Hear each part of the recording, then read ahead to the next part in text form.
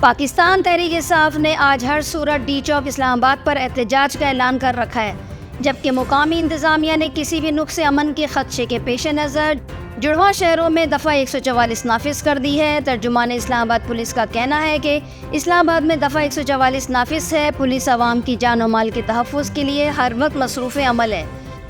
شہریوں سے گزارش ہے وہ کسی غیر قانونی عمل کا حصہ نہ بنیں۔ اسلام آباد پولیس کے ترجمان کا کہنا ہے کہ امن و امان میں خلل ڈالنے والوں کے خلاف قانون حرکت میں آئے گا۔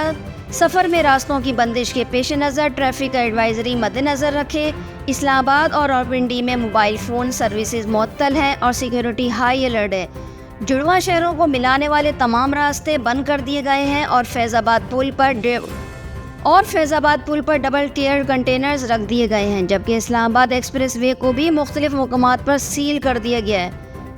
IJP ڈبل روڈ پر بھی ٹریفک کے لیے بند کر دی گئی ہے اور راولپنڈی کی مرکزی شاہراہ مری روڈ کی طرف آنے والے راستے بھی بند کر دیے گئے ہیں۔ راولپنڈی اسلام آباد کو ملانے والے راستوں پر پولیس کی بھاری نفری تعینات ہے اور راولپنڈی میں میٹرو بس سروس بھی تاحکم ثانی معطل کر دی گئی ہے۔